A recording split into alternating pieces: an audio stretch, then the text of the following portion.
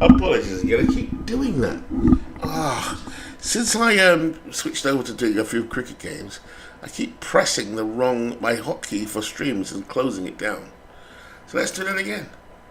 So if you saw the first one, I'll keep the first one up there. This is using a 1997 game called Shane Warne Cricket, and I'm going to do a little experiment with this game, showing everyone how to, some extra content that's easy to see on here than the modern game. Although the modern game, I've got some good feedback on that one. So I'll leave the original one up there that I just did. And this is the second part 2 of it, so I'll rename it part 2. And it's really just looking at how I can convert this game really into T20. And I was just showing off, go back a bit, some of the teams. So we're going to teams, and I think I just showed off, I was just showing off the West Indies team as they were in 1997, so we're just re-continuing that. Another strong team at the time. It was quite a strong era actually, it was very competitive because the West Indies were no longer dominant. Australia had taken over as world champions more or less unofficially. Pakistan had some great players in that era, just a quick look. We were looking at India before that, showing how the averages mean something. So the higher the batting average, the better the player is. And the lower the bowling, the better they are as well. And trying to give them some benchmarks as to what they all mean. Fortunately, I kept pressing one key was my hotkey, and I forgot. So I'm praying it doesn't happen again. Otherwise, I'm going to have to switch around my hotkeys, which I use for my Action PC baseball streams. So bear with me again, as I seem to get it all wrong.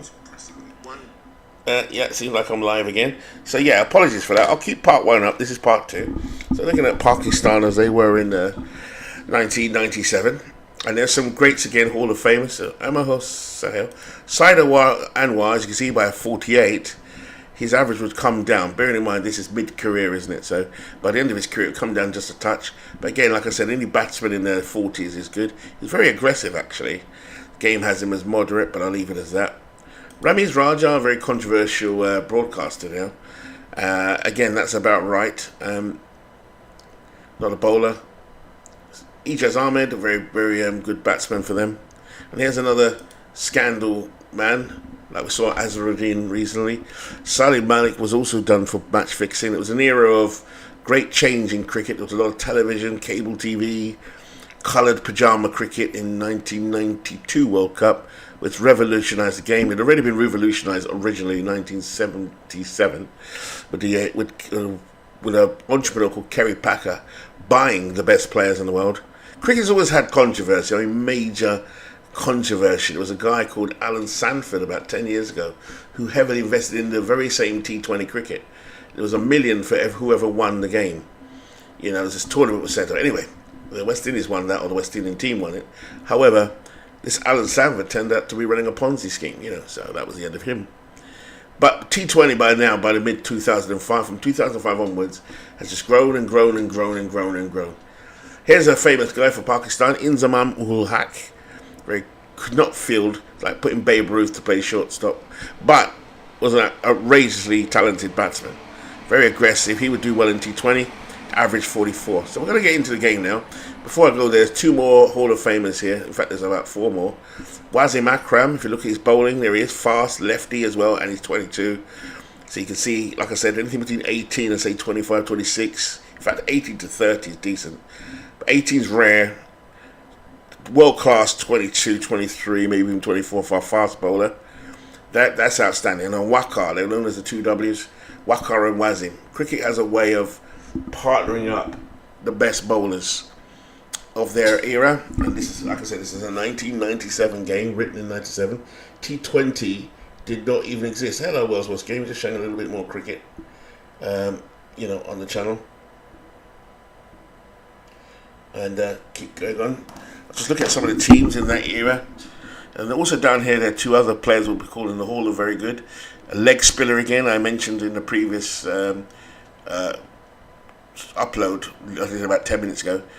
Pitching on a leg spinner's aim is very tricky because they're not normal, especially a left-hand leg spinner. That's rare in itself. They pitch the ball around here to turn it into the batsman. There's an off spinner turning the ball away from the batsman.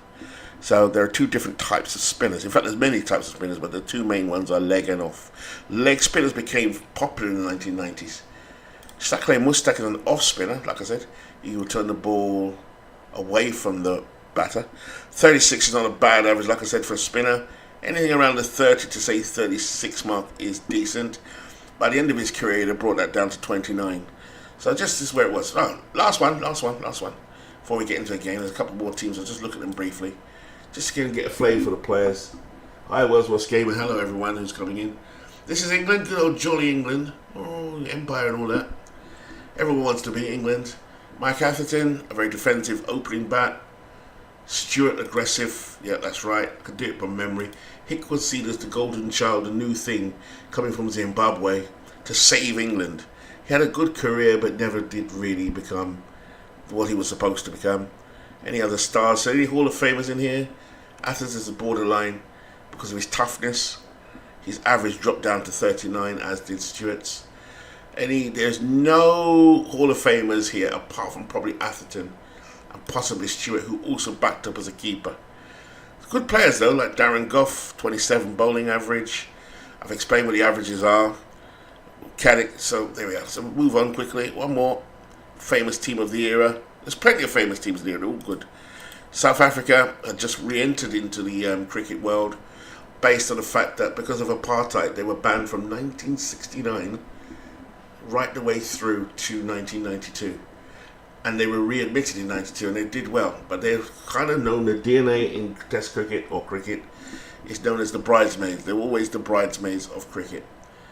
Here's one of the great all-time Hall of Famers as well, Jack Cullis. He just came in this, he's only 24, but in terms of batting average, he'd end up with 52. But his bowling average would also be world-class by the time he finished. But there's a flashy Herschel Gibbs, aggressive, very young at the time. So I'm going to get into it. Hall of Famer again, Arnold Donald, see 22 fast bowling. Sean Pollock, another one, 23. They've got a great team. And Lance Klusener's a very aggressive left-hand hitter. Right, let's get into it. So we've just shown some teams. There's some all-time teams as well. You can go in and edit them. These are historic players of all time that they chose at that time. There's many, many more than this. But some notable names in cricket is Donald Bradman. He is the outlier in all of cricket, in all of sports. I've been talking about 40s and 50s being good for batting average. That is his batting average. 99. I repeat, 99. So let's get into it and just do a game. So we're going to do a little 2020, computer versus computer. This game allows me to change the overs. So here we go. Do 20. 1 innings per team, because that's how it works. 1 day, 20, and we're working coloured kits. That's how you do it. Teams to play at the time, Australia would have been good, and I would say let's play them against South Africa, who would have been decent. So we'll do Australia, press OK, versus South Africa, press OK. Here we go. So this is being played in Australia at Sydney, which would have been the Sydney cricket ground. I'll show you in the other game another time. That's an amazing game. And here we go.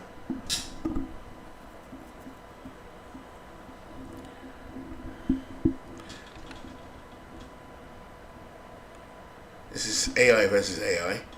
This is in 1997. This game was released. And Australia win the toss and they'll bat first. So I'll do a little bit of commentary so you can see the little cursor being lined up there. That's Arnold Donald coming into bowl to a left-hander and there's no run. Watch the cursor as he moves it around. He's bowling towards off stump and there's no run. If you look at the field, the radar, it's the same game as you notice. It's almost like the same game we saw the other day, just in 1997. Here's the speed from Donald. And there's no run as Mark Taylor comes forward. And that's the error of playing Taylor. Taylor's defensive. We want an attacking player. See, and that's what happens. The run rate won't go up like that.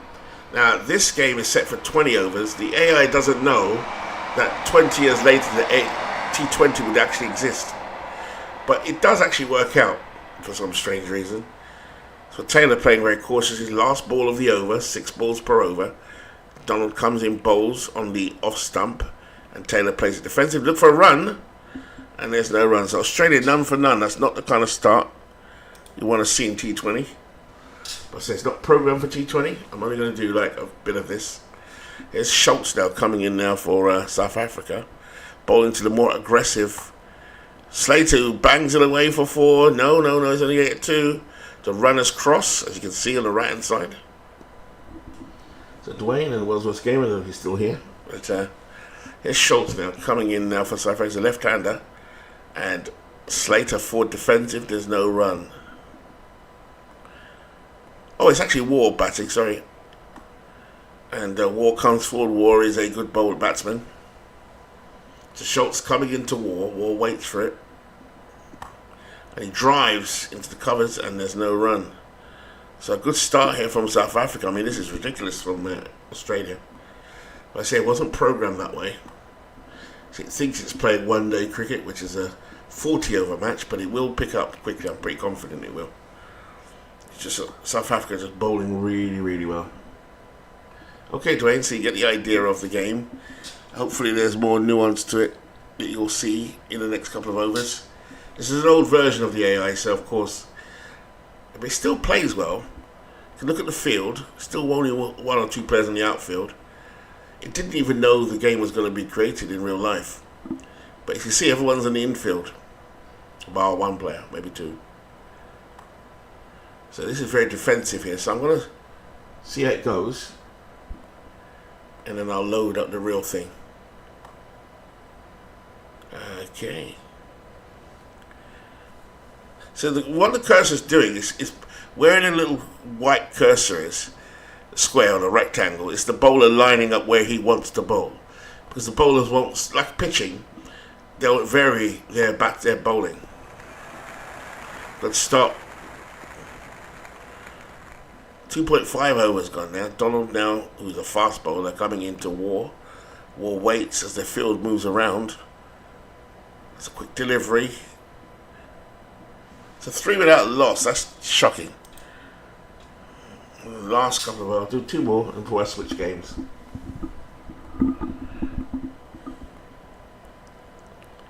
There we go.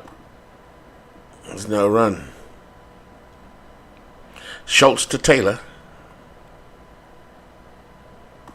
No, Taylor's too defensive. So we'll switch it and change games. But just to show you that what happens really, the bowler's trying to find a line that works, and they call it line and length. If you see the rectangle, that's a very full delivery. So it's like a full toss. And like not a beamer, but it's kind of not bouncing. And ideally, that's good for defensive bowling, which is what's happening. It's bowling a full length on a dry pitch. Another couple more deliveries before we switch.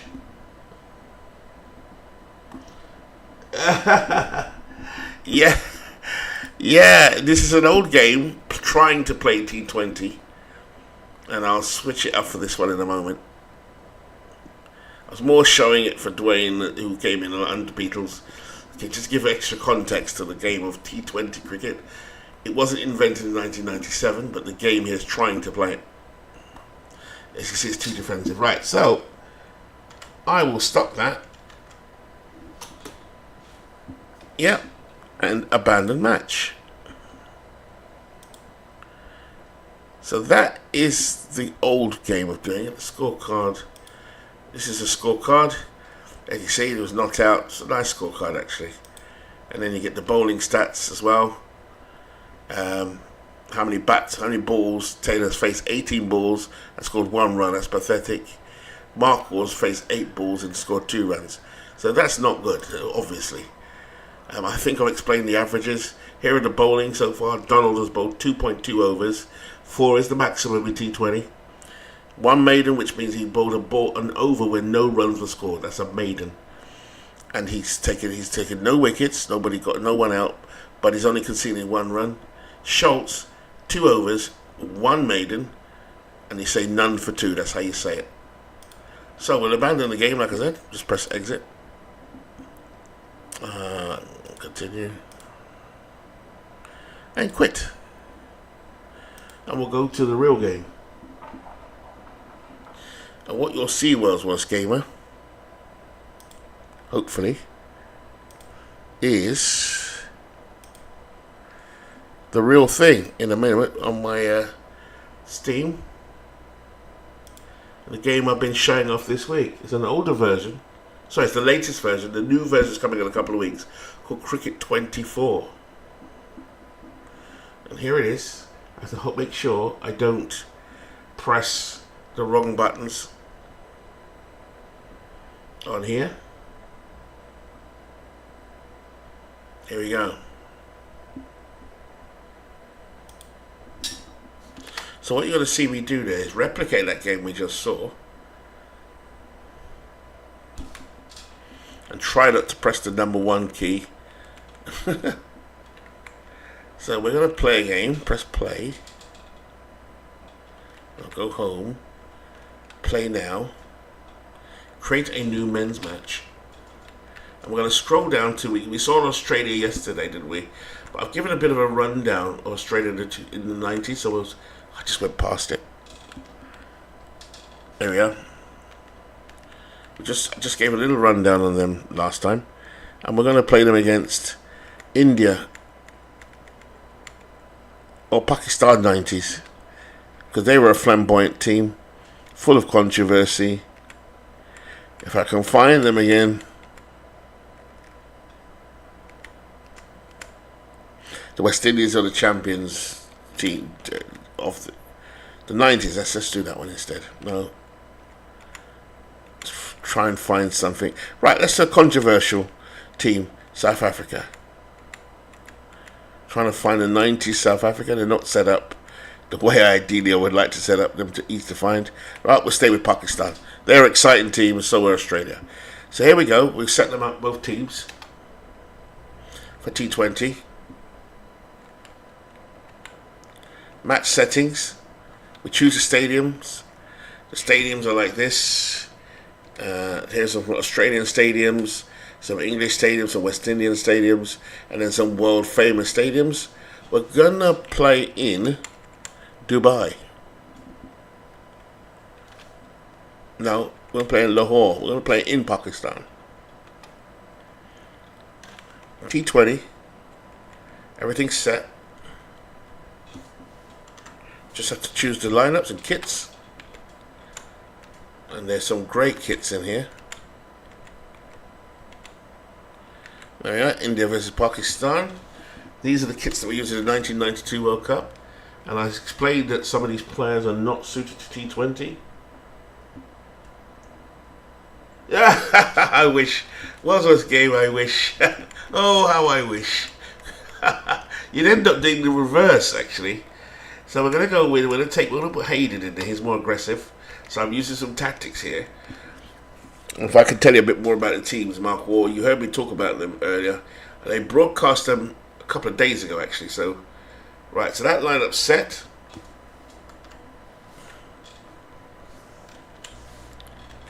The Pakistan lineup, just to go through it, was set. You see T20? It's set for T20. I actually did this before. So these are great players lined up, and we've got two of the world's finest bowlers in Waqar and Wasim.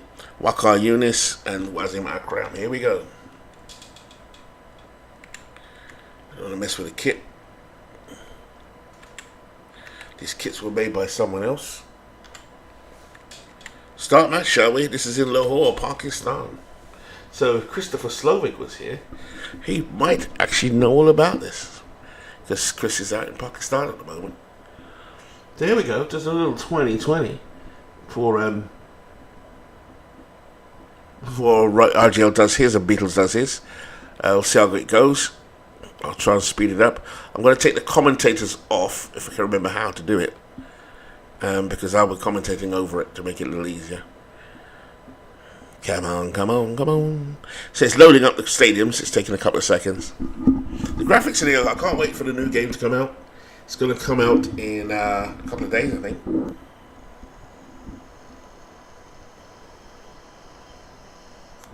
Been playing this game for quite a while. I only just got into it the last couple of weeks. Hello everyone, this evening we are at Lahore Cricket. So what I'm going to do is take off the commentators if I can. Go to audio, commentary, and take those suckers out of here. Let's go, let's go, let's go. Here we go.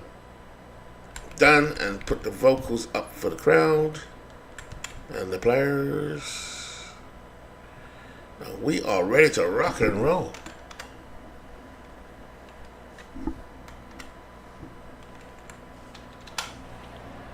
So here we are, T20 game at Lahore Cricket Club in Pakistan. It's Australia 90s versus Pakistan 90s. I forgot to change the captain of the Australia team. It's not Matthew Hayden. It would have actually been someone like Mark Taylor. But here we go. Pakistan always are dry pitches, which suits the spinners and the batting. But they have two of the most lethal batsmen to play. Let's speed this up a bit. It's playing at night here at 7:30 in the evening in Pakistan.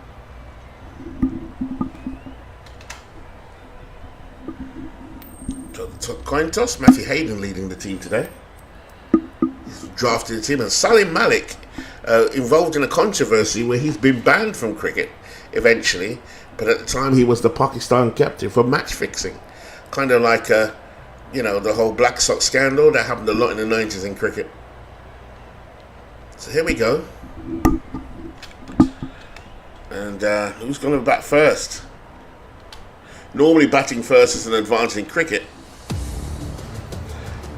because you're getting the best of the pitch before it starts to wear and tear.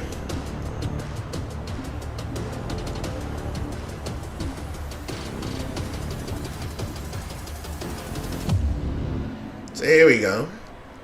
The bowler is Glenn McGrath. I mentioned him the other day. He's called Pitch, one of the greatest bowlers of all time, a Hall of Famer. Bowls to Amir Sahel. Sahel was known as a very aggressive left-hand hitter for Pakistan. Sort of like borderline Hall of very good. Good to borderline very good. Here's Glenn McGrath. It's a dot ball.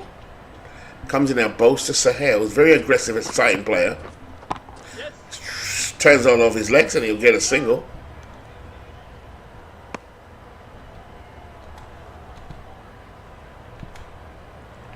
And that brings inside Anwar. The strike rate stat is one to watch. Those are not his real stats, they're just stats in my universe. And the small sample size is 6.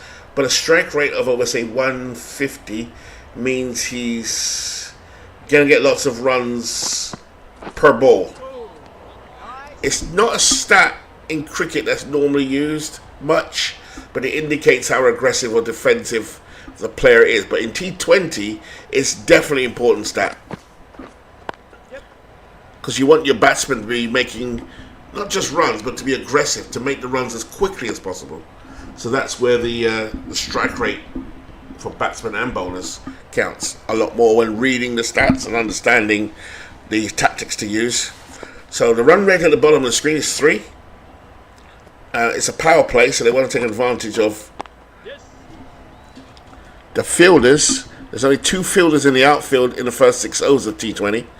So it's to the batting size. It's best for them to take advantage. If they get to 50 runs by the end of 6 overs, they've done well. If for the loss of maybe 2 wickets, that's par. That's a good start. At the moment, they're none for 4, and O'Hell turns it off his legs and gets a single. So this is T20 using 1990s teams. Done a big creative for the community, but I did a lot of these myself, including the artwork. So here's Craig McDermott, a raw fast bowler. Came up in the 1980s. Bit injury prone, but excellent bowler. He bowls to Amir Sahel, who edges it down to third man. That's what that position is called. And he gets a single. So Pakistan up to a slow start. They are an aggressive, exciting team. Shawusa. This is international cricket, T20. Here's McDermott, bowls, full toss, smashed away by Syed Anwar, and that's gone for 4. Syed Anwar, another aggressive left-hander in this Pakistan team. So the Pakistan crowd go crazy, they like that one. Run rate all of a sudden jumps to 7.5. 8 is good. If they get it up to take 10 in the first 6 overs, they're on to a really good score. Here's McDermott now. Comes in, runs into side Anwar. Anwar waits. Front foot, edges it, and there's no run. Side Anwar would average probably about, in Test cricket, 42 to kind of give an indicator of how good he is. If you're in the 40s in Test cricket, you're doing well. 50s, you're world class, legend for his status, depending on sample size, of course. And that's 4 runs to Syed Anwar, living up to billing.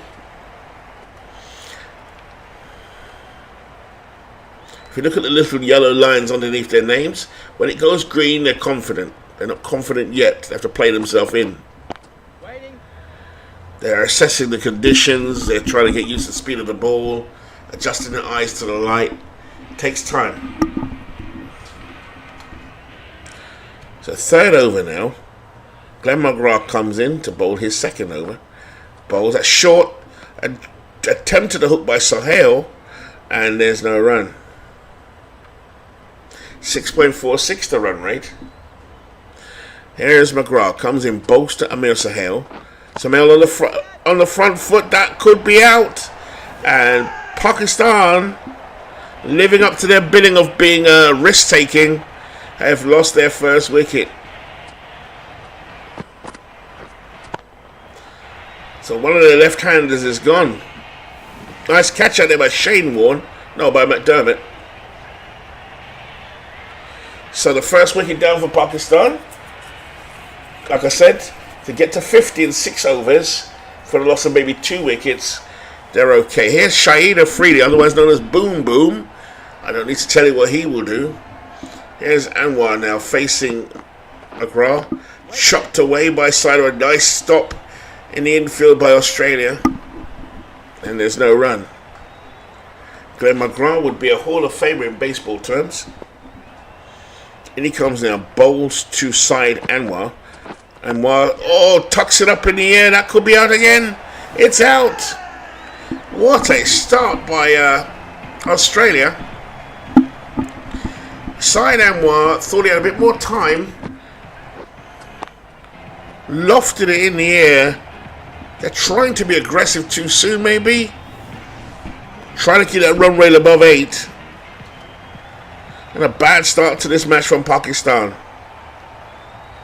As one of their most aggressive and better players goes back to the pavilion. Now comes the controversial Salim Malik, who will be banned eventually from cricket, from Test cricket, all forms of cricket, for match fixing. But at the moment, he's in my universe. It's all about a run there. 14 for 2, Pakistan. Not the start they wanted. Both openers are out. But at the crease is one of their big hitters, Boom Boom Shahid Afridi. Shahid Afridi doesn't have a big batting average, but in this format, he was a superstar because he could hit the ball miles. He scores quickly, which in T20 is a big thing. Yeah, Dwayne, you got it. Here's McDermott coming in now, ball to Salim Malik. Malik on the back foot, punches it away, and there's no run. Power play, only 3 overs left in the power play. Got to take advantage, only 2 men in the outfield as you allowed, as you can see by the radar. Here's McDermott now, comes in, bowls to Malik. Malik forward, drives it, and runs away for a quick single. Trying to get some momentum going, trying to play himself into it, becomes green.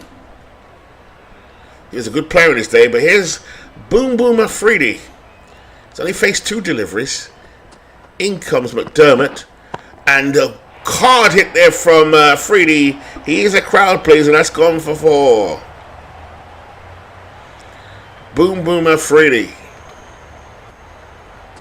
He was one of the early stars of T20 cricket. McDermott, top of his run-up now, has given up 5 runs from his over. Comes in, bowls to Afridi. Afridi on the back foot, punches in the air, and he's out! He's out as well! Evening Beatles. Pakistan 90s are looking stupid against Australia 90s. Both teams were good in this era, but Pakistan are off to a terrible start. I'm doing this before RGL's broadcast. That brings up another legend to the crease. Inzamam ul Haq. He was a big guy, powerful guy, very popular around the world, and a master batsman as well.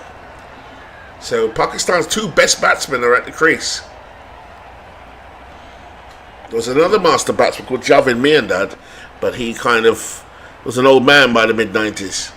Here's McDermott now, comes into Inzamam. Inzamam waits, cuts it away through the covers, and will get a single. Pakistan doing really badly on this power play at the moment. This is a bit of T20 cricket using 1990s players that are world famous in the cricket world. And I'm introducing to my baseball compadres that play baseball sims in the main. And all kinds of games, actually. There's a nice shot there by Salim Malik. That's gone for 4. I'll try and channel my Tony Gregg accent, a South African legendary broadcaster. I can only do it's gone for 4 in his voice. Malik waits. These 2 players at the crease are both captains of Pakistan at different times during the 90s. Inzamam, like I said, was famous for running people out, because he's a big guy who's a bit slow on the running between the wickets. Salim Malik is your scandal-ridden captain. There's a lot of scandal around Pakistan in the 90s. Legendary team, though. Here's Glenn McGrath. It's 2 for 10 so far. He's done all the damage. Bowls to Inzamam. Inzamam waits. Goes on the front foot, drives, and there's no run. So Pakistan being tied down, like we saw yesterday. We saw another team being tied down. I thought I'd do this. I don't have the stamina to do Howie Shanks. I have to concentrate that much more not to screw it up. Here's Inzamam ul Haq, waits. And that's cut and a lucky edge. And it's gone for 4.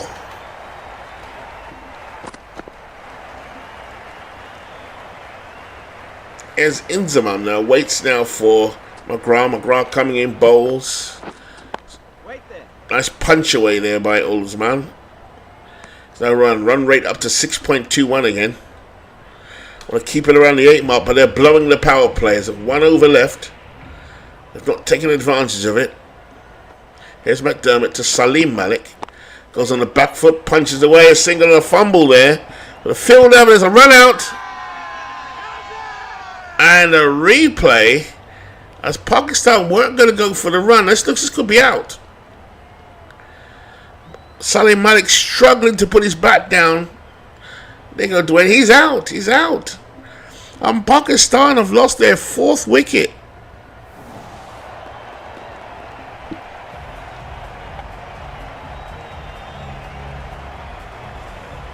So Pakistan in all kinds of trouble. And brings out Ijaz Ahmed. Ijaz was a reliable player in the 80s, in the 90s for Pakistan. Not a world beater, but just a solid player. The kind of player that everybody needs, like a linchpin. But their match winners are out, apart from Inzamam. Here's McDermott now, comes in, bowls to Inzamam, otherwise known as Inzi, and he cuts it over the covers for 4. On his day, Inzamam ul Haq. Yes. Let's see, you guys are watching it a couple of seconds behind me, but I can see your screen. As Dwayne shouts, out. There's a big hit by Inzamam. This could be out again. It's out. What are Pakistan doing? Pakistan are desperate trouble. They screwed up the power play terribly. And this is what happens in T20. It can happen. It can be over really quickly. And now comes the feisty Moin Khan, the wicketkeeper, like the catcher. One of the guys that gave a lot of abuse on the field. So their big star, Inzamam, is out. Still a bit of batting to come because Wasim Akram can bat. As Ijaz Ahmed waits for McDermott, bowls, that's cut away, and there's no run. And that's the end of the power play. And Pakistan have yet to face the master, Shane Warne, the greatest leg spinner of all time. He uses that little run up there to mesmerize everybody. Yes. And Moin Khan greets him with a 4 runs. Just a bit of history where Shane Warne was sadly lost him a couple of years ago in his 50s. But what an outstanding player. Pure theatre when Shane Warne. He'd bleach his hair blonde, ate too many hamburgers, charismatic, and he could do it on his day. There's Warne. That's his walk-up, actually. They recorded it just before he died. Like 2 months before he tragically died, they scanned his run-up in. Only 5 wickets left, Dwayne. You're absolutely right. And I think Dwayne and Beatles, and I'm hoping World's Gamer now, will pick this game up as well, at least to watch on TV. It's amazing. And I've thoroughly enjoyed Beatles' idea to do a little tutorial on the game as it goes through. And a bit of history as well, because you're seeing 2 groups of players. You saw England 80s play the Australia 90s, and England beat them. On this game, you can set up tournaments, all kinds of stuff. Here's Warne trying to deceive Ijaz. Ijaz is a good player of spin. That's the job of the spinner.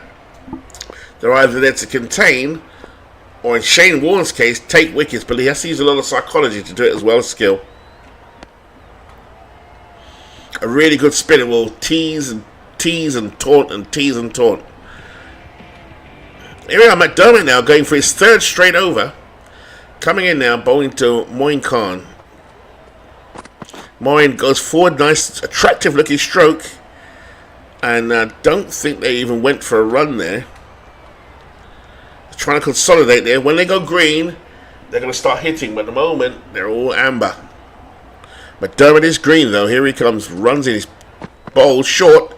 That's cut away by Moin. Didn't quite time it. And the runner at 3rd man will come and pick that up. There are different cricket positions by name. I don't want to confuse everyone. There are some that I'll just say randomly as it comes up. Some I don't even remember myself. Here's McDermott now coming into Ijaz. And he just drives. And there's no run. No beating that Australian defence there. Yeah, it's on Steam. This is the AI versus AI, though, which I have a lot of fun with. That's kind of what I do, sit down and watch it. You can actually play it with a joystick as well, which I don't do. And it's still as much fun. It's still fun. And that's driven away by Ijaz, and that's 4 runs. And you can download players that are put on the Academy, which is the online resource for the game. I've got a whole hundreds in there, hundreds. A bit like Steve Tate. He just waits, cuts it away, and there's no run. Australia, good defence there. If you look at their outfield, it's set specifically for the bowler and the batsman. And try and pick out where he can hit the ball. He just waits. Is their only recognised batsman that's going towards the boundary. Stopped by Australia here. And they get 2. 44 for 5. Terrible score here for Pakistan. It is retrievable, but they're going to have to bat deep. There's Shane Warne now. A little like slow shuffle. Comes in, bowls to Moin. Driven away hard by Moin. And there's a run in it. And they'll take a single. 47 for 5. Terrible start by Pakistan. Run rate's only 5.76. They need about 8 to be competitive. Here's Warren. This is a world-class attack Australia have got. McDermott and McGrath in particular. And now Shane Warne is bowling. He's their deadliest bowler along with McGrath. Here's Warne. Comes in that slow run-up. Bowls. That's edged away by Ijaz. Moin Khan is 7 from 7 balls. Ijaz is 6 from 10. He's in a defensive shell at the moment. Not this one, Dwayne. No, you can't. You can if you're playing with a joystick. Like, you have to learn how to bat though and bowl. Fairly straightforward to learn. I don't play it with a joystick at all. I'll tell a lie. I've played it maybe once or twice. It is fun, but I don't like learning to play sports games with joysticks unless it's like FIFA. But it is good, and you can definitely be more tactical on the field, so to speak. Like move your fields around. At the moment, it's AI versus AI, which is just as much fun in a different way, because you can choose your lineups and let them play in a tournament. There are injuries you can recover from, but you can't really do much in terms of setting the field. Oh, another out. Unbelievable stuff here. Mind you, these are all-time teams. So of course, there are going to probably be outlier performances. And Moin Khan goes back. Look at that strike rate. Under 100.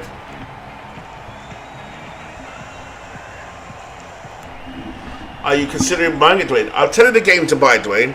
I'll show it off. It's called Cricket Captain, where you can do the tactical side of it, and it's very deep.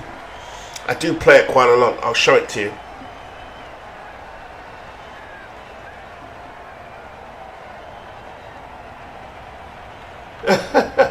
Well, it's driven away. Cricket's such a massive game. If you know anyone from India or Pakistan or England, Australia, West Indies, they will talk to you about cricket all day. It's just a massive, massive game, particularly T20. Here is Merv Hughes, a character in the Australian game. He's coming into bowl to Wasim Akram. Akram waits.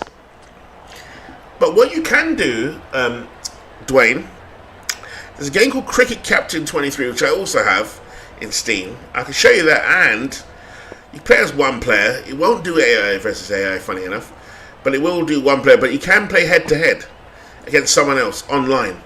So if you'd bought the game, and it has all the players in history, a bit like Out of the Park, I'll show you where to find them if you really are interested in it, and you become the captain of the team, i.e. you choose the lineups, you choose the bowlers, you choose how aggressive or defensive you want to be. Yeah, you can, Dwayne. There is a game called Cricket Captain, which has been going for a long time, and I'll show off that in a minute if you want.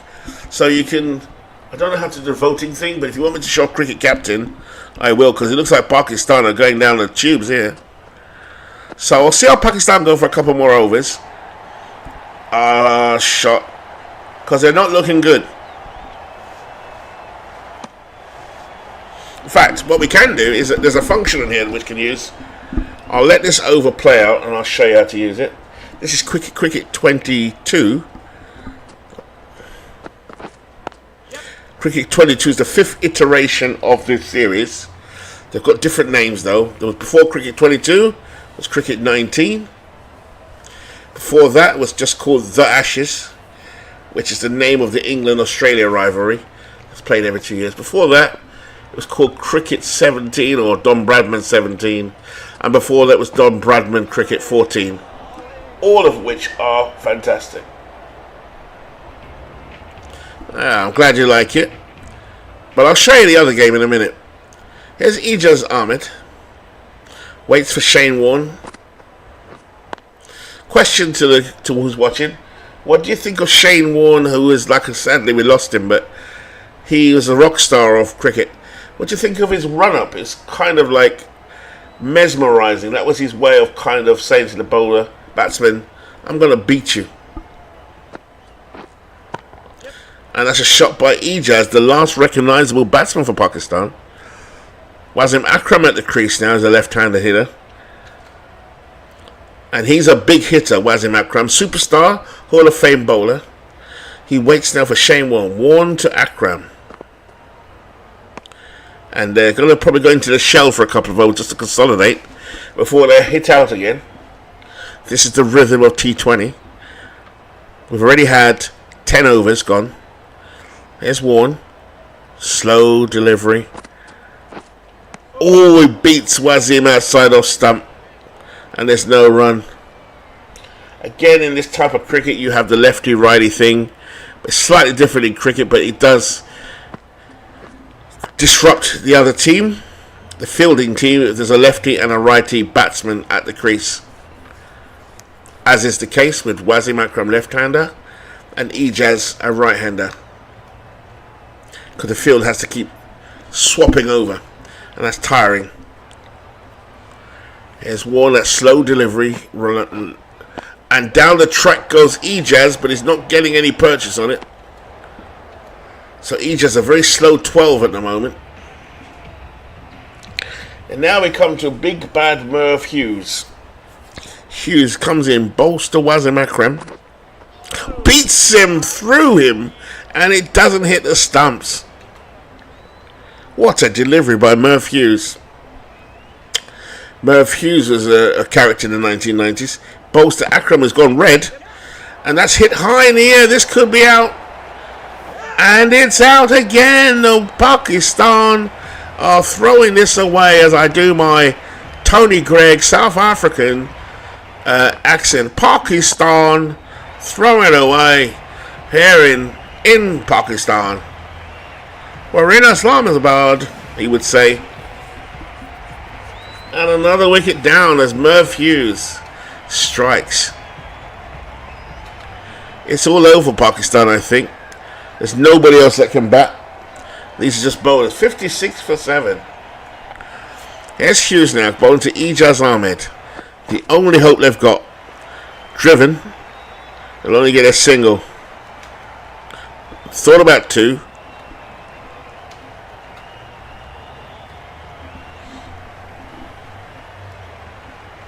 Yeah, the red. He's lost his confidence, you see, with that delivery before. Oh, that hits him on the waist. Merv will do his own fielding. There's no run. Complete domination by Australia here, 90s.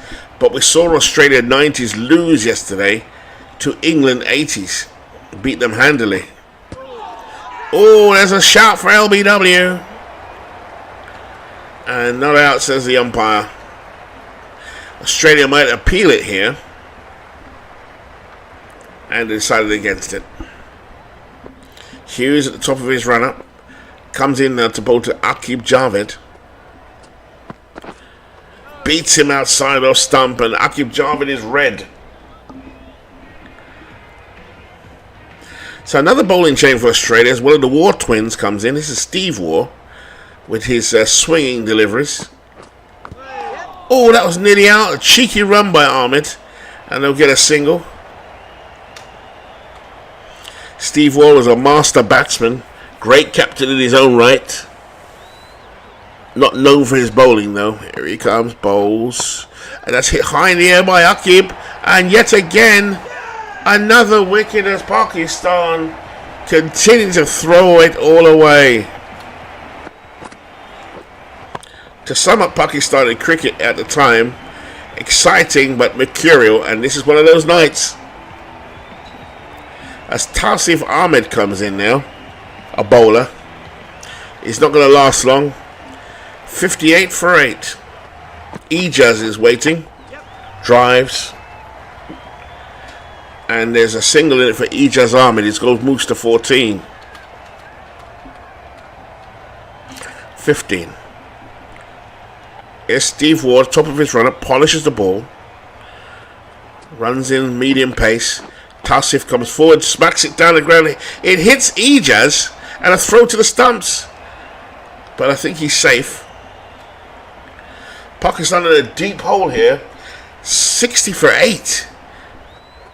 Ijaz is their only hope. Comes forward, there's no run. 5 ball, last ball of the over. An odd number keeps Ijaz on strike. It is a 1 or a 3. Drives it down the ground and it's gone for 4, is it? It's gone for 4 runs. So that means he's exposed Tausif at the other end, and Tausif is weak. So there's Tausif on strike now. Because the bowlers have changed around, Tausif is now facing his cues. Short, Tausif just pulls it away, almost swats it away, so get away from me. And he'll get a single, so he's off strike. And that brings Ijaz Ahmed back on strike. Yeah, here is Ijaz now waiting. But you never know, Ijaz Ahmed. I know Pakistan are throwing it away here, Dwayne. That was how they actually played in the 90s. Don't be surprised if Ijaz Ahmed doesn't do something here. Because he's the only last recognisable batsman at the crease, specialist batsman. Here's Hughes, but Australia have used all their best bowlers apart from Warren. Oh, beats him, through him like a knife through butter. Tausif is helpless at the other end. Not much of a batsman, Tausif Ahmed. Tausif on strike, waits. Here comes Merv. On the back foot, Tausif showing some skill there. And they'll get a run, almost comically, Tausif Ahmed at the crease. That brings Ijaz back on strike. He's only hit 20 runs though, but he's their last hope of something decent. Here's Hughes, comes in, bowls to Ijaz, who spots that away. Gets a single, so they're only getting their runs in singles at the moment. Pakistan 68 for it, at least get to 100, please. Make it competitive. Here's Tausif, who waits. Tausif comically punches that away, or pulls that away. He'll get a single though, so he'll move to 4. Ijaz Ahmed is the more settled batsman. But Tausif, by that taking that single, exposes himself again. So crazy batting by Pakistan. There's Steve Waugh, and turned of his toes by Tausif. He'll get a single again. What Pakistan want? Oh, they're going for 2. Tausif decides to run for it. Wow. Crazy cricket here from Tausif Ahmed. Tausif's the one with the moustache. He's actually a bowler, no batsman at all. Very little batting skill. But he's hanging in there. It's chopped away by Tausif and there's no run. They want Ijaz on strike. He's at the other end. Here's Steve Waugh with a little dibbly-dobbler medium paces. Comes in now, bowls to Tausif, who makes a move and he strokes it away. But he won't get to the boundary. They'll get 2. Tausif wants 3. And he's calling Ijaz back and they get 3 runs. So, Tausif Ahmed showing some skill with the bat. That brings Ijaz Ahmed on strike. Ijaz can bat. Needs to break loose. Hit on the pad and they'll get a single. That's called a bye. Even if it hits you on the pad, you can run. And also they get an extra delivery to face. So they get an extra ball and a run. So here's Tausif on strike. He waits. Front foot forward like a true batsman. And there's no run. Nice form there from Tausif. He's on 9. Pakistan in dire straits. 75 for 8. Of 14.5 overs. Last ball. Tausif do not get an odd number. And he's beaten. And that puts Ijaz back on strike. Another change of bowler for Australia. Because they've used up McDermott and McGrath. It's the weaker bowlers now. Here's Mark Waugh. Ijaz is going to swat this out of here. That's going back. He's out on the boundary. On the boundary. And Australia. A big hit there by Ijaz Ahmed.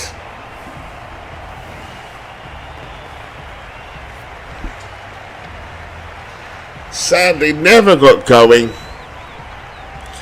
And here's the Waqar Younis. Now Waqar has got some power in his bat, but he's not a batsman. So it's up to Tausif and Waqar now. Here's Mark Waugh, bowls, down the leg side, and Tausif swipes at it. He'll get a single.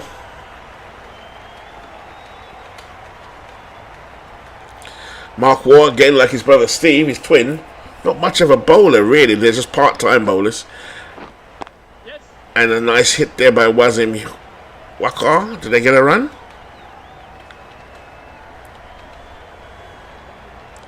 Waqar is a demon bowler, not batsman. He's the last wicket at the crease. Their best chance is to try and hit it out of the stadium now. Waqar will get off the mark with a single. Brings Tausif back on strike. Here's Mark Waugh. Bowls. Down the track. Oh, he's out. Tausif trying his best. Edges it behind to Gilchrist, I think that is, or is that Healy? And they're going to review it. And they're reviewing it. And saying it didn't edge the bat. I think it did. The ball is legal. Tausif advancing down the pitch, completely misses it. Did he edge it? The sign, you can see the white on the bat. Got a little edge. Yes, he's out. And that is it. That's the end of the inning for Pakistan. This could be over real quick. This is the first out. So there we are. Top score was Ijaz Ahmed. That was painful to watch for Pakistan. 77 all out. That's very hard. That's very hard to defend that. Here come the Australians. Look out for Matthew Hayden, the bigger of the two openers. But also Pakistan have the two deadliest bowlers themselves in Waqar Younis and Wasim Akram. Here's a Waqar coming in now to Matthew Hayden. Hayden's a powerful batsman. And he chips it off his legs and they get two. The Australians are fast scorers, so this could be over in like 20 minutes. But Waqar and Wasim, they are dangerous in their own right. Here's Waqar now, speeds in, bowls to the left-handed Hayden. Hayden on the back foot, didn't know much about that one and edged it. It's fielded in the infield. Remember, in the first 6 overs, only 2 outfielders allowed in T20 cricket. That's right, Dwayne. There you go, you got it. And they do World's Game, and they do actually try. There are some videos where you'll see major leaguers try and play cricket and vice versa. And it's interesting. You know, they find it interesting because there's some similarities in the swings. Well, maybe not in the swings, but it's hand-eye coordination, isn't it? So you think it would transfer quite easily. So if you Google or go on YouTube, you'll see a lot of cricketers trying to play baseball and vice versa. Oh, and that's a first wicket. Slater's gone. As I put on my Tony Gregg accent, Slater's gone. Caught. So the first wicket goes down. We may have a game on. It might be a low total, but Michael Slater, who didn't really play the shorter versions of cricket, he's gone. Here's the graceful Mark Waugh. Look at that average in my universe. 56 is huge. He was a very graceful batsman for Australia. Super talented. And his brother, though, was a tougher twin. The Waugh twins. Here's Younis. Waqar now comes in. Waugh waits. He's not yet off the mark. Bowls. Very accurate bowling here from Waqar. Waqar and Wasim were known for swinging the ball. And here's his twin, not his twin, his partner, Wasim Akram. Very charismatic bowler for Pakistan, one of their talisman. Here he comes, bowls to Matthew Hayden. Hayden tucks it off his legs and will get a single.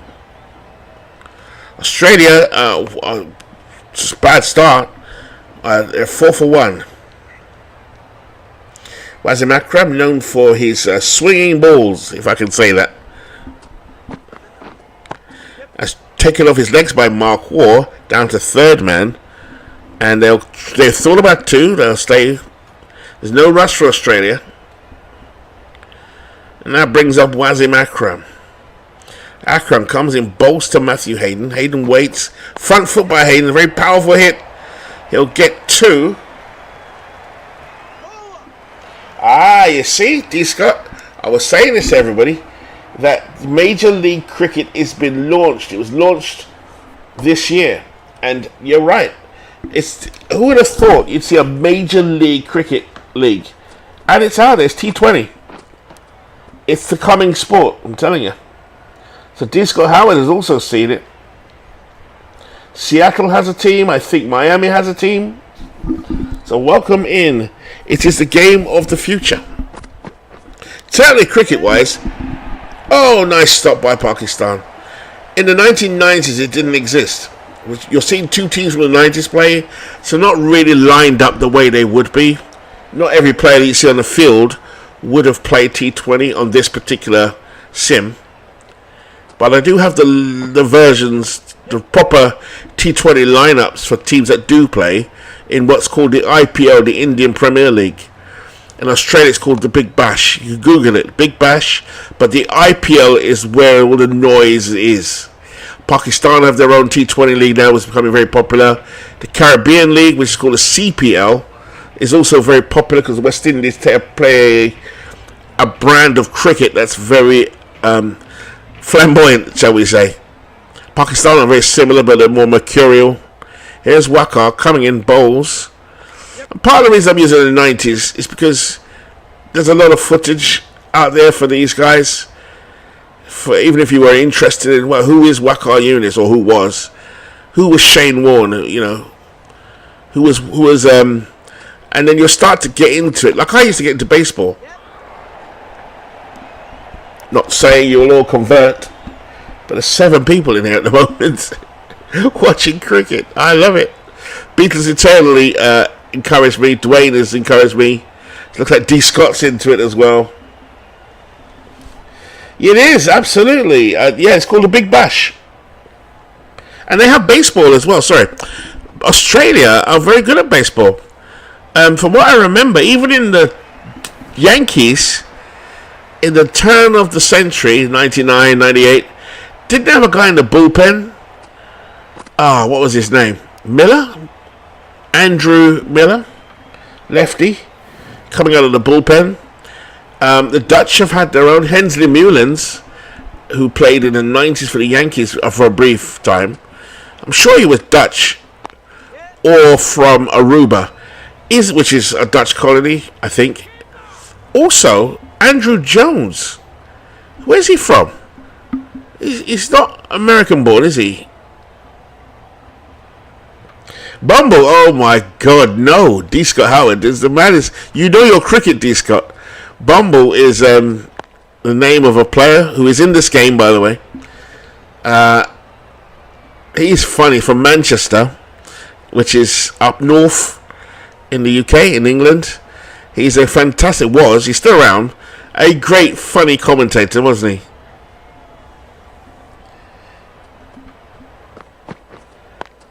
Blyleven, yeah, Holland, Dutch, yeah.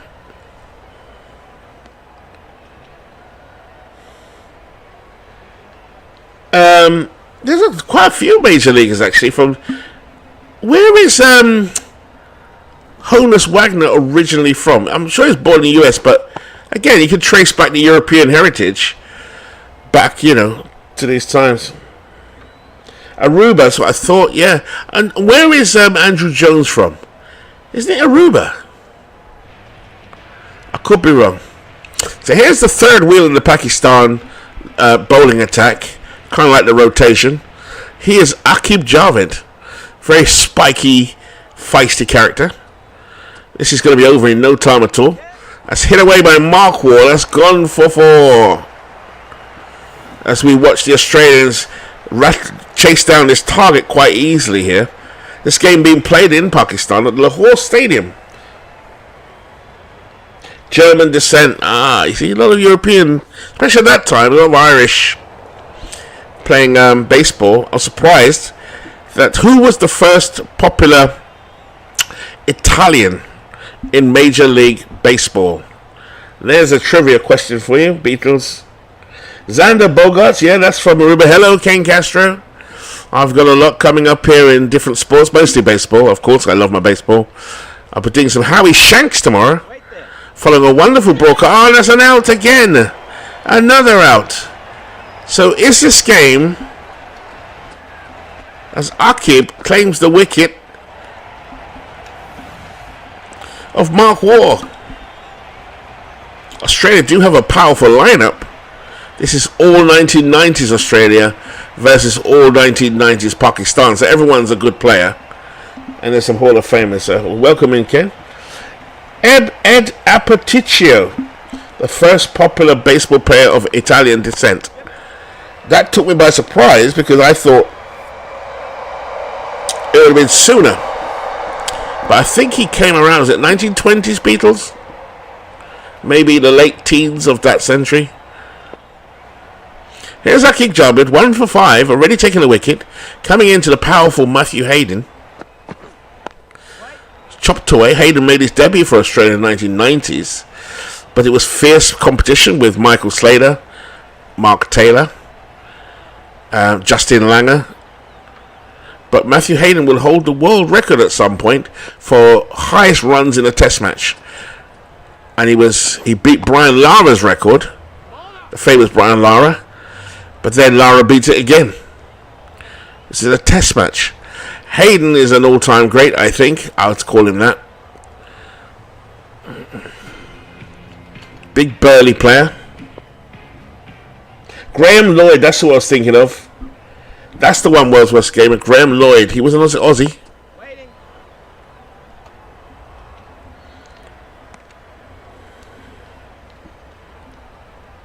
Yeah, Ken Castro announcing here that on September 21st, I think Beatles put it in the Discord today, the guest speaker is Don Daglow, video game designer and the producer of In Television World Series Major League Baseball, and Earl Weaver. Now, in television, that would have been around in the early 80s, because I'm sure it's the same. Is that the gaming set, Ken? My dad used to play horse racing on that.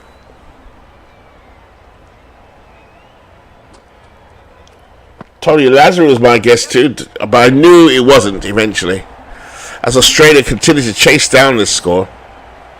So I've got some soccer coming up with Soccer Blast, played on a spreadsheet. I've got some Test cricket. Played, it's called International Cricket. I've got the hard copies of the game, but I like learning games, board games on spreadsheet first, just how my brain works. I think it's free as well, Beatles, that Zoom conference. That's got to be some conference, and I think you can register. I think you actually told us. So welcome in everybody today. A bit of cricket in the background. T20. The short version, a very popular version of cricket. This is some 90s teams playing against each other. From the 1990s, all-time great Pakistan versus all-time great Australia in the decade. Here's a legendary Waqar Younis there. He's bowled 2.4 overs. He's got a maximum of 4 overs to bowl. 6 balls per over. And that one's hit high by Steve Waugh, and that's gone for 4. So Steve Waugh's taken the mantle up and said, look, enough of this nonsense. I'm going to end this game real quick. Vic Rashi, Ricky Colavino, Dom and Vince DiMaggio. Roy Campanella was half Italian. That is true. Oh, hold on a minute. Hold on a minute. Pakistan have come back into this real quick as their deadly duo strike again. Waqar Younis getting Steve Waugh on the front foot. He hit it high in the air. And we have a ball game. Australia doing their best to throw this away. But here comes Dean Jones, the man with the white lip self on. An aggressive player, fast runner. but the required run rate is only 2.8. In comes Akib. Jones flashes it outside off stump. He'll get a single. We're in the last over of the power play. After this, Pakistan can go a bit more defensive, but do they want to? 36 for 3 Australia. In comes Akib Javed. Bowls to Matthew Hayden. Hayden tucks it off his legs and will get a single. So both teams have struggled in the power play. But we're talking about legendary bowlers here. Creepy Crespi, that's another one. Who did Creepy Crespi play for? Here's Javed to the exciting Dean Jones. Jones goes forward and hits this high. This could be out. Oh, and Pakistan, in true Pakistan cricket fashion, drops the ball. This is why I said Pakistan are mercurial. They will do that. It's a dropped catch. I'll keep jumping. Not very happy. Here he comes in anyway. Bowls to Jones. Jones, a man known for his aggression, turns it off his legs. Down to third man, and they'll get a single. Oh, and another error by Pakistan. It's gone for 4. Oh my days. There's shocking fielding there by Pakistan. And this is what happened in real life. Error, Dwayne says error was this game. But yeah, this is what happened in real life. This is how they were. They were brilliant one day, terrible the next. And that's factored into when they're being created in the game.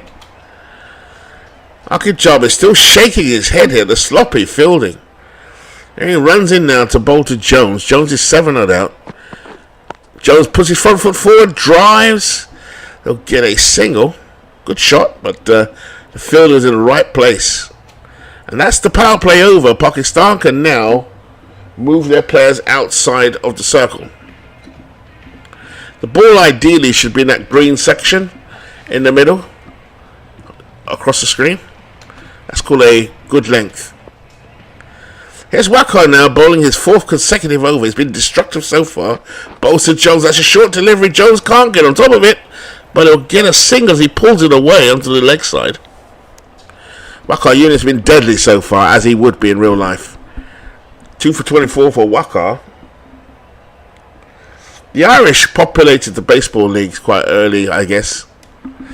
Coming in now, Wakar bowls to Matthew Hayden. A short, Hayden pulls it, didn't get all of it, and we'll get a single. Australia at the moment, 45 for 3, chasing down a paltry target of 78 in this T20 game.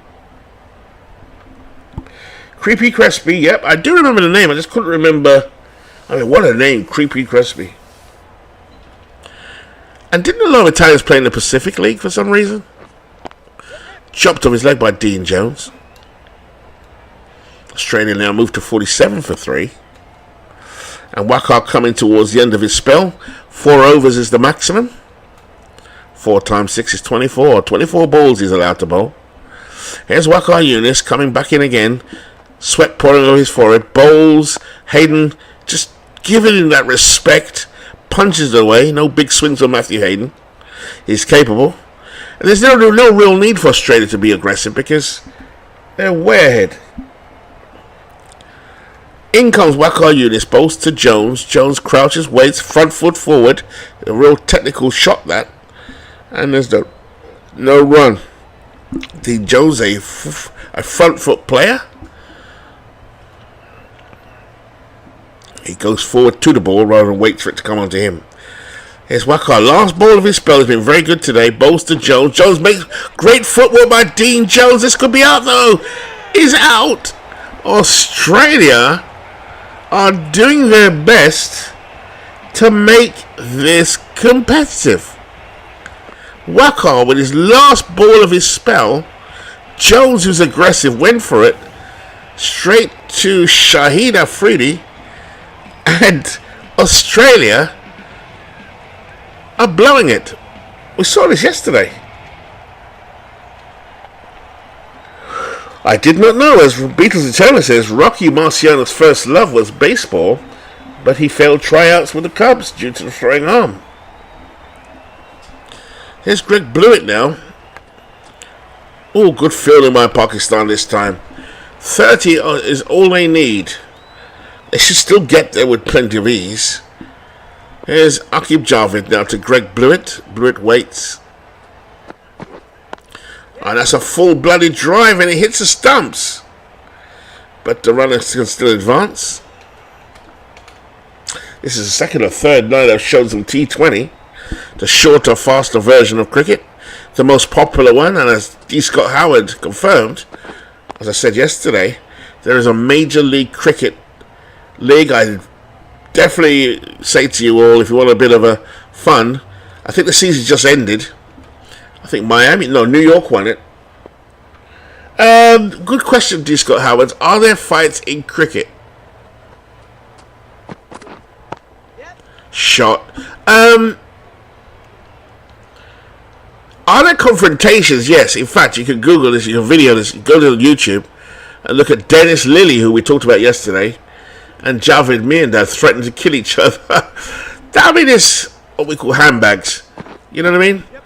Lots of chat and no punches.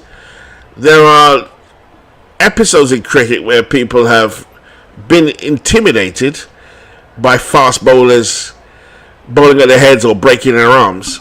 You know, they're bowling so quickly. You mentioned Bumble earlier on, and Bumble was hitting the, you know what, and that's a famous clip on YouTube. In terms of fights, no, but has there been any animosity on the field where there's a lot of swearing and sledging going on, and sledging meaning that they're constantly abusing and questioning the parentage of the batsman at the crease? Yes, that's well known. But no, it's not a violent sport, no. I mean, rugby is even more cleaner. Rugby is a hard-hitting sport, but they're like gentlemen on the field, and cricket kind of started that way until, say, the 1970s, when Australia became very aggressive. They were led by a man called Ian Chappell, who we saw yesterday on the stream, otherwise known as Chappelli, very outspoken man, and but very good for cricket insofar as he stood up to the authorities, and we wouldn't have T20 or one-day cricket or the money in cricket if it wasn't for Ian Chappell. Kind of like a Kurt Flood character in terms of what he did, but he was a great captain as well for his team, and he was aggressive on the field, so he built a team around him, because captains have a lot of power in cricket, or they used to, where they can select the squad themselves along with the selectors. And they're the ones on the field, as you know, D. Scott Howard, directing traffic, and they take the kind of the baseball manager, but on the field. And also they have to perform themselves. They have to be able to batsmen. There's a lot of pressure on captains in cricket. Loads of pressure. And Ian Chappell was one of those, and his team was very aggressive. That shot is known as Dilshan Scoop. That's gone for 6. As Australia close in now on this total.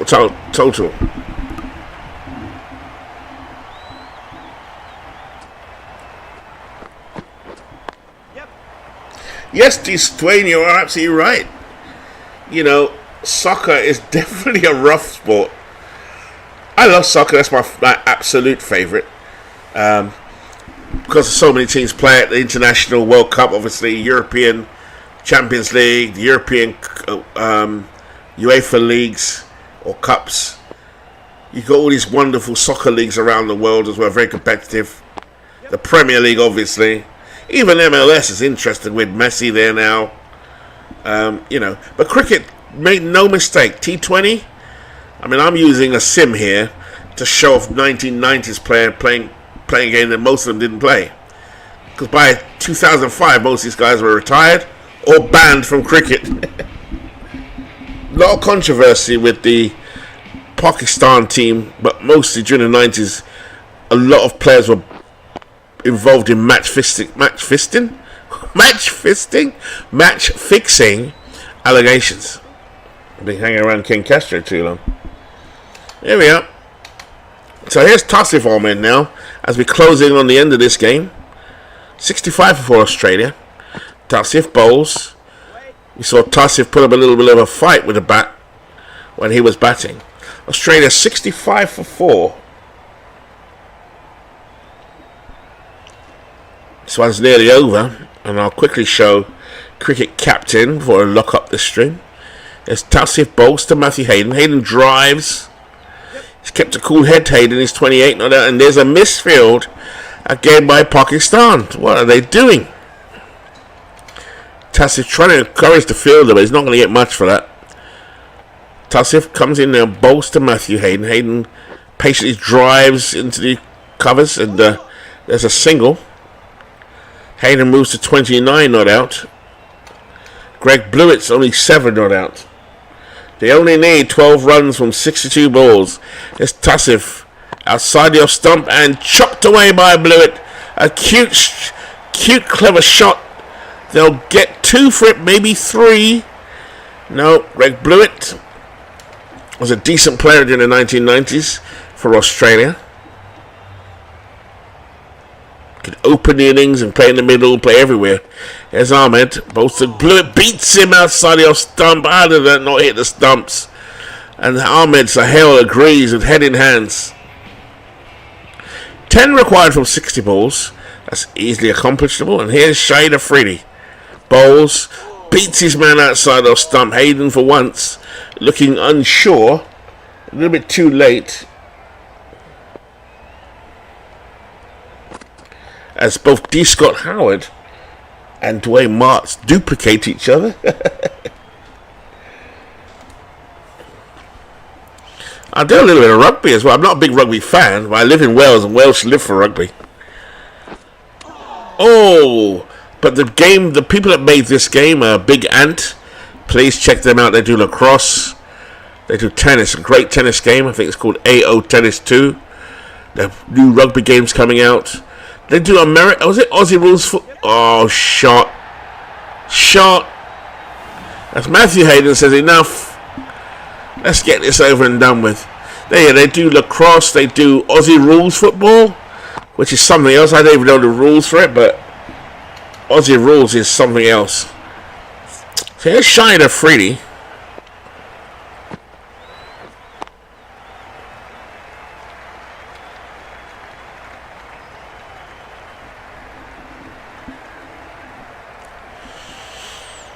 So only 4 runs needed to close this one out. Shahid Afridi forward, driven away by Matthew Hayden, and there's no run. So Ahmed Sahel now coming back into the attack. This is coming back in. It's actually his first over and possibly his last. Here he comes, slow bowler, bowls, and that's smashed away by Blewett. That's going for 4. 4 runs, and that's the ball game, I think. Nice shot, and that wraps up the game. Australia win by 6 wickets, Dwayne, which is the difference between the wickets they lost and how much they could have lost. That's actually a big defeat for Pakistan. Australia won having 6 wickets to spare, because they only lost 4. So the scorecard, very quickly. Ijaz Ahmed made 21 painful runs. Tausif made 10 comical runs for Pakistan. The pick of the bowlers was Markwell with 2 for 2. Glenn McGrath bowled had 2 for 14. Craig McDermott 2 for 27 and Warren 1 for 9. As they skittle out Pakistan for 78. Pakistan, man of the match was Matthew Hayden, 35 not out, and Greg Blewett 13 not out. But we did see a spell from Waqar Younis where he took 3 for 28. There's a scorecard in a different format. McGrath bowled 3 overs, 1 maiden, 2 for 14. Craig McDermott 4 overs, no maidens, 2 for 27. Shane Warne 3 overs, no maidens, 1 for 9. And you can see the economy rate, which the lower it is, the better. Matthews 3 overs, no maidens, 1 for 12. Steve Waugh 2 overs, no maidens, 1 for 12. And Mark Waugh, Steve's twin, 0.5 overs, no maidens, 2 wickets for 2.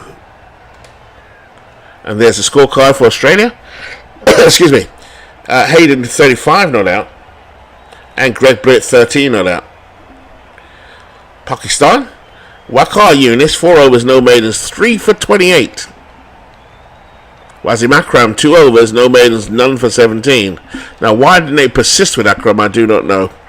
Akib Javed, 3 overs, no maidens, 1 for 19. Tausif Ahmed, 1 overs, no maidens, none for 4.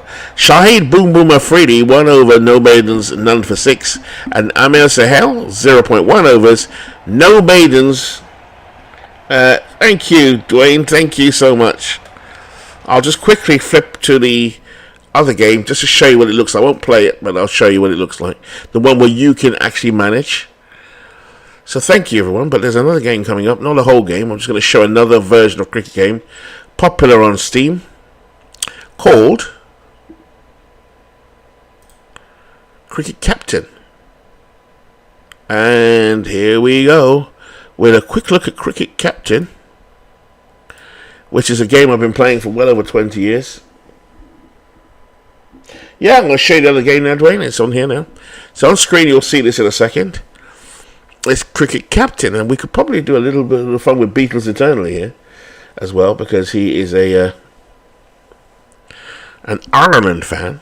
So what you'll see on screen at the moment is Cricket Captain 23, which is the latest version of a management game. You do see some graphics on screen. So I'm going to go into tournament. And what you can do is it gives you lots of different options at all time. A great series, a custom match series where I live, which is where I do most of my series. 20 over World Cups. You can do a World Cup just playing 2020 with all the teams in the world. A 1 day World Cup, which is the 40 over version, the slightly longer version of the 20 overs. That used to be popular in the 70s and the 80s and the 90s until T20 started to take over. There are 2 World Cups in cricket. The World Cup, the 1 day World Cup or ODI World Cup, 1 day international, that's what it stands for. That started in 1975, whereas the 20 over World Cup started, T20 started in, I think the first World Cup was 2008 or something like that. So there's a lot more history in this one. The Asia Trophy, I guess, is between the Asian teams. Then you've got the Ashes, the latest Ashes, which was a brilliant Ashes series we just saw in the summer, which is England versus Australia. But what I like to do is go to the custom match series, so I can play 2020 with any team I want. And as we got Beatles Eternally in here, there's Ireland. They're rating out of 5 with the bowl, so they're not greatest bowlers, and they're only slightly better with the bat. Netherlands, these are using real players, by the way. Netherlands, slightly better. So you can see that. I think the United States are in here somewhere. Maybe, maybe not. They're probably the next version. They definitely are in the game I just streamed with. You know, so what is the big thing for Test cricket? I'll show you very quickly. If I did a Test cricket match now, just put it on screen because it would take too long to play. I could choose England versus Australia, right? So if I chose England first, or versus Australia, it says, what do I want to play? Do I want to play a 50 over game, which is the 1 day international, with 1 game, 3 games, or 5 games? Do I want to play 2020, 1 match or 3 matches? Or do I want to play a 5-day game, which is the test match, which is 1 match series? If I do that, enter my name, and I can play you online, Dwayne, if you're anyone online. Ireland is definitely more rugby than it is. I think they're the current champions at the moment. There we are. So I've decided to play England versus Australia. They are mortal enemies in cricket. I want to select both squads, so I can do that, or let the computer choose both squads. So that's it. I'm locating at home. So I think this is England at home. It uses the real pictures for the stadiums, but doesn't say the stadium name. It must be to do with... so it's a 5-day event, and what Test cricket is, or first class cricket, which is the kind of like the AAA for Test cricket. 5-day cricket is a test of your resolve. Test cricket, which is 5 days maximum, is a test of your resolve, your balls, your courage, your stamina, your mental strength, because you're under pressure all the time. The TV cameras are there, 5 days. The heat, if you're playing in heat most of the time, it's on you. The abuse on the pitch is incredible. That's on you. Sometimes you go to a bad start, you know what I mean, and that your team's relying on you, so they're not embarrassed. I mean, the pressure is huge. Hence why it's called Test cricket. Goes on in 5 days. So here we go. So what it's asking me to do is pick my squad. It's already pre-picked anyway, so I'm not going to dwell in that. Select the squad is there. But if I wanted to take out players, I'll just quickly explain the stats. So it's saying available players, right? And if I go on who's got best career runs for test matches down here, that's what I'm looking at, test match stats. Then the players, these are real players that are playing right now. Joe Root is otherwise known as Root. He is now 32. He's one of the best players in the world. But have a look at his stats, just to make the stats make a bit more clearer. Down the left-hand side, you can see his stats. He plays for Yorkshire, which is a very famous county club in the UK, and Nottingham. I think he's maybe moved to Nottingham recently. Anyway, see that it says first class? That is for what we call red ball cricket, which is test cricket and the club cricket that takes 4 or 5 days. If you add up Joe Root's test match stats and his domestic first class stats, that's kind of like AAA for test match cricket, it will equal the first class stats. Hopefully that makes sense. So 68 for his first matches. He played 68 matches in first class cricket. It's club cricket. Add that to this test match, you'll get the first class overall. Does that make sense? So first class will involve everything, basically. Same with 1 day, same with 20 over. So it's just split into 3 segments of 3. 1, 2, 3. The one that we pay attention to in test match cricket is obviously his test match stats, which are an indicator of how great he is. He's played so many games. 50 batting average. It says you're bordering on legendary Hall of Fame, particularly with that length of career he's got. His highest score is 254. The gold standard in cricket is to get 100 runs in an innings. You're considered to have done something really special, like a no-hitter kind of thing, but this is hitting batting. Yeah, it's like hitting 3 home runs in a game. It's got that sort of status. To hit 254 is like hitting 7 home runs in the same game. You know, that's incredible to have 254. But it's very rare to get that. In terms of 1 day, which is the 40 over version, 133 not out, and 20 overs. So you can see the average declines when it's the shorter the game, because they're having to be more aggressive in a shorter game. It's a lot less time.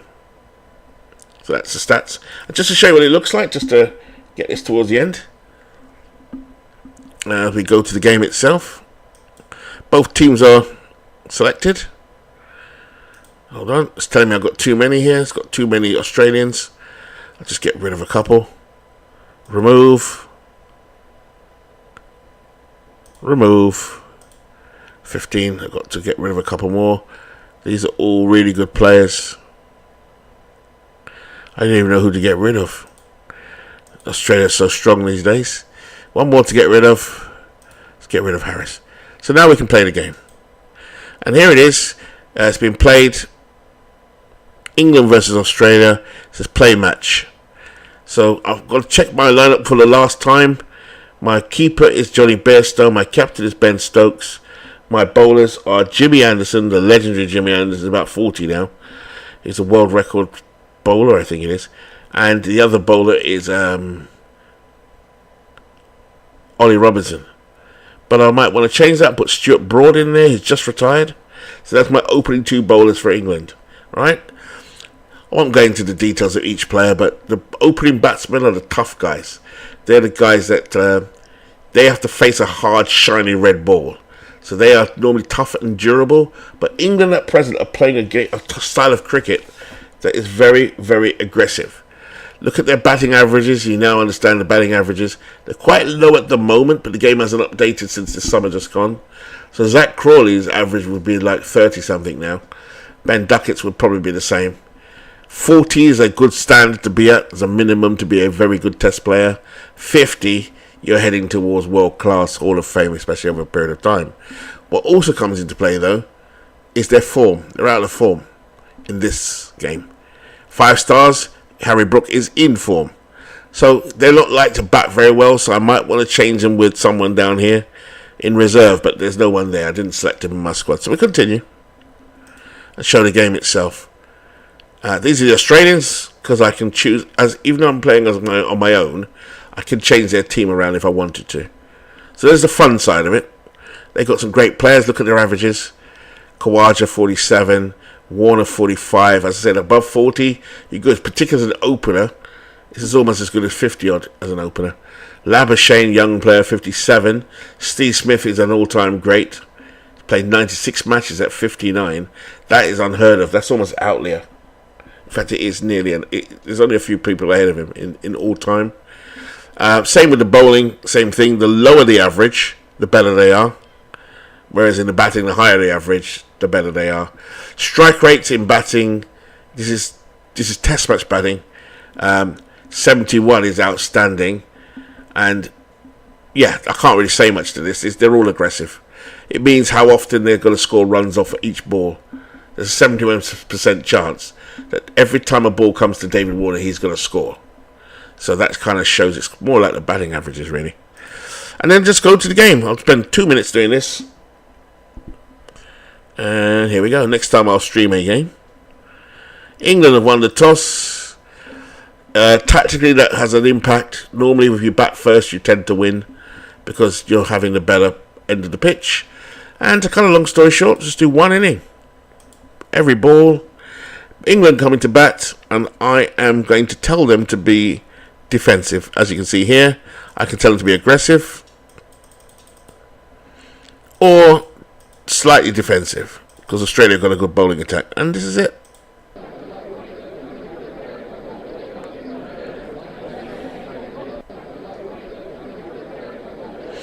And so this is Australia now, bowling to England. This is Mitchell Starc. And it's a slower game, like I said, Test cricket, so I'm not going to play it now. But so England are off the no problem. England are off the mark now. And it's a slow grind of attrition. But it can be exciting too, depending on who's bowling.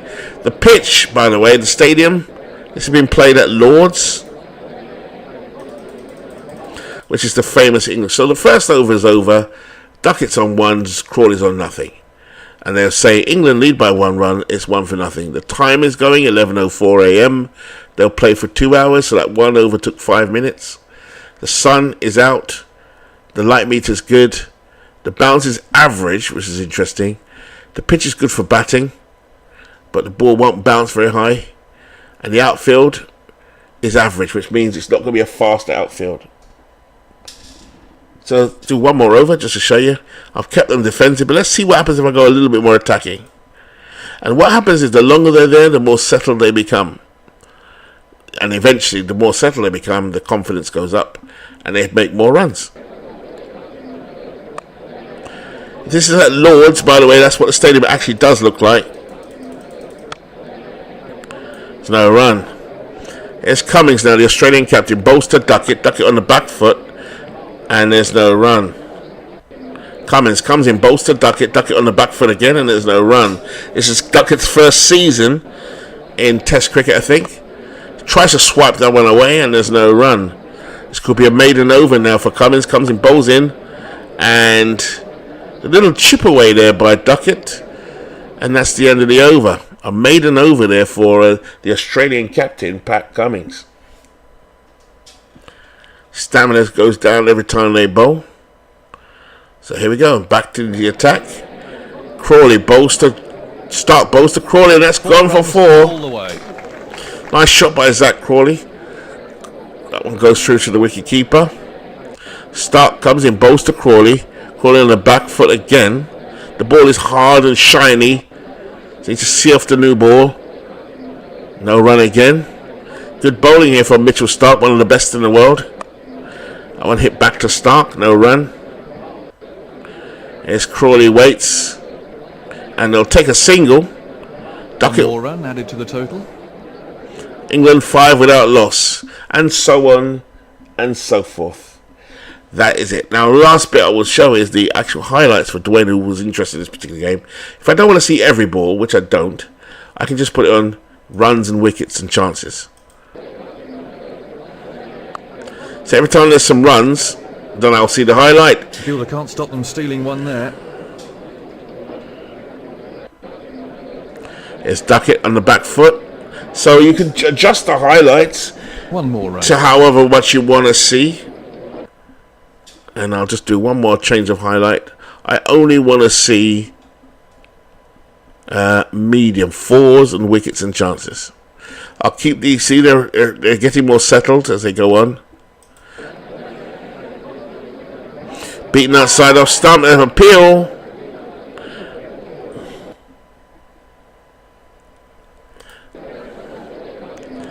So Australia are using their two best fast bowlers.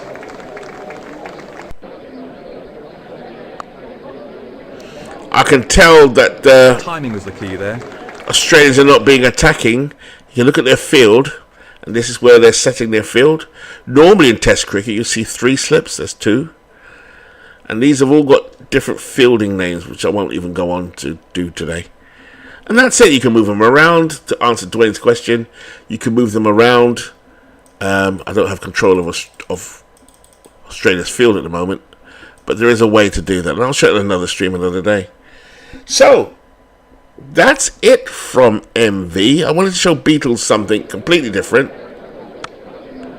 as RGL must be getting ready now. Excellent place. Just end this over. 4 runs. See, Duckett's coming out of his shell now. So Duckett's been well settled. So that's that. So that's Test cricket. I wouldn't go into it now because I'm getting involved in it already. And I'm like, oh, I want to play that later. And you can play it online against someone and so on and so forth. There was something that Beatles did show me, though. You're welcome, you're welcome, you're welcome. There was something that Beatles did show me. And it is... games? No. Yeah, that was it, really. So, gentlemen and ladies, if there are any ladies here, that is it. Here is a picture of a guy called Brendan McCullum, who is the coach of England now. He played for New Zealand. I love this is a typical IPL uniform that they had in the day. This is from 2005, I think. And he's a tremendously brilliant player. So that's an image to hold on to. It's an IPL player playing in the early days of the IPL. Brendan McCullum, his first ball he hit for 6, and that's what launched T20 cricket as a success. Just one ball, and that's the story behind T20. It was heavily televised, that first match. They put a lot of promotion into it. Fans turned up. First delivery to Brendan McCullum, and he hit it for 6, and the whole revolution was born. So, RGL's game is over. I thought it's just about to start. Oh, bless. Well, I'll better stop now then, because I know Beatles, you're coming up soon. I'll do some shanks tomorrow for sure. I just wanted to show a bit more cricket. But thanks so much, everybody. Thanks for coming in. Beatles, Wells, Beatles eternally, for encouraging me to do cricket. Wells West Gamer, Dwayne Martz, who's definitely looking forward to seeing you play some cricket, Dwayne. D. Scott Howard, who knows all about Irish hurling. Quite a big crowd in there today. Ken Castro was in it at one point as well. I haven't seen Clue lately, actually. Where he's been? I think he's on holiday. D. Scott Howard, Beatles. I don't know if I missed anyone. Have I missed anyone? Lots of lurkers coming in at different stages. And I think that's it. So, Wells, I hope you like cricket as well. And Dwayne is going down that rabbit hole very slowly, but he's going down it. I can see it. And please, please, please watch a bit of T20 on TV or YouTube. You'll soon see why it's become the fastest growing sport in the world. I would also suggest that you take in some Major League Cricket. But I think we're going with the Beatles. Are you doing your next, Beatles? Are you going on next? I wasn't even going to do anything today because I was wiped out after work. But, by all means, if you're on, I'll stay on as usual. Have my coffee ready. But thanks, everyone. I'll continue to do a little bit of cricket, not too much. I'll wait for the new game to come out. There should be newer graphics and more teams to choose from. It should play a little bit better as well. So I'll probably set up a tournament of some sort. You can choose your own teams. I already built one team already called the Big Clues. I'm trying to do the Beatles Eternally team as well. So in a bit, cool.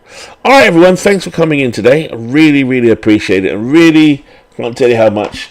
Kind of like, I guess, when Beatles invited me to do a bit watch baseball, how he feels when I get into baseball, to see everyone kind of taking an interest in the stream, but also into cricket. That warms my heart big time. All right, I will catch you all on the other side. Thanks so much for coming in, guys. I'll speak to you all soon.